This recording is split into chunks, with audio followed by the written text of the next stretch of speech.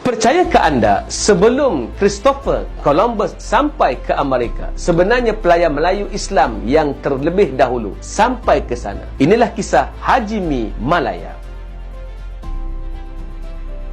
Assalamualaikum, kami akan terus berkarya dan menyampaikan ilmu dengan baik. Terima kasih kerana terus menyumbang. Menurut Dr. Hasanuddin Yusof dalam bukunya Teknologi Kesultanan Melaka, seorang ahli ekologi barat yang bernama Dr. Barry Feld telah menemui bukti kedatangan pelayar Melayu Islam dari Melaka di Amerika. Bukti tersebut merupakan satu perkataan, iaitu Katib Melaka Haji Mi Malaya, yang ditulis dengan tulisan Jawi atau Arab, terukir di sebuah dinding sebuah gua di daerah Corinto, El Salvador. Dr. Barry Feld dalam bukunya Saga Amerika menyatakan bahawa pelayar tersebut datang dari satu daerah di Asia Tenggara yang bernama Melaka. Beliau selanjutnya menyatakan bahawa tulisan di dinding gua tersebut membuktikan pelayar Melayu Islam itu telah sampai di benua Amerika sebelum Christopher Columbus berjaya menjejakkan kaki ke sana. Boleh jadi Haji Mi Malaya telah melakukan pelayaran dari Empire Melaka ke Mekah bagi menunaikan haji, dan beliau melanjutkan perjalanan ke benua Amerika dari semenanjung Tanah Arab. Perkataan Katib Melaka membawa maksud penulis dari Melaka. Boleh jadi Haji Mi Malaya ini adalah utusan rasmi kerajaan Melaka. Boleh jadi juga dia adalah pelayar bebas seperti Ibnu Battuta yang suka mengembara. Namun persoalannya, kenapa tidak ditemui catatan pengembaraan beliau dalam sejarah? Ini kerana setelah Melaka ditawan oleh Portugis, banyak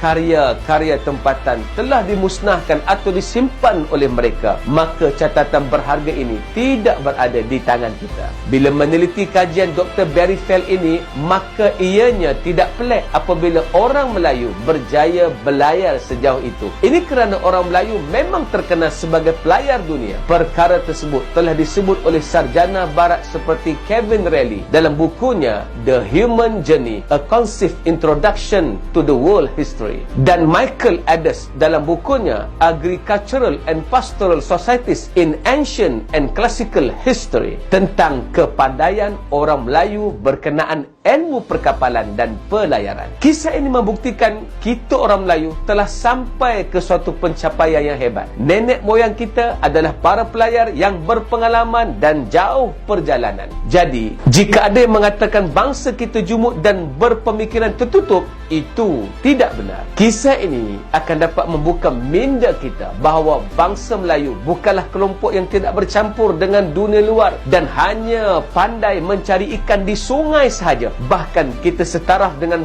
bangsa-bangsa lain yang maju. Oleh itu, tugas kita kini mengembalikan semula kehebatan nenek moyang kita terdahulu agar menjadi bangsa yang dihormati. Firman Allah, la takhafu daraka wa la takhsha. Janganlah engkau bimbang dengan musuh dan janganlah engkau takut tenggelam. Ayuh terus kuat untuk transformasikan kekuatan bangsa, agama dan tanah air kita demi Allah. Assalamualaikum.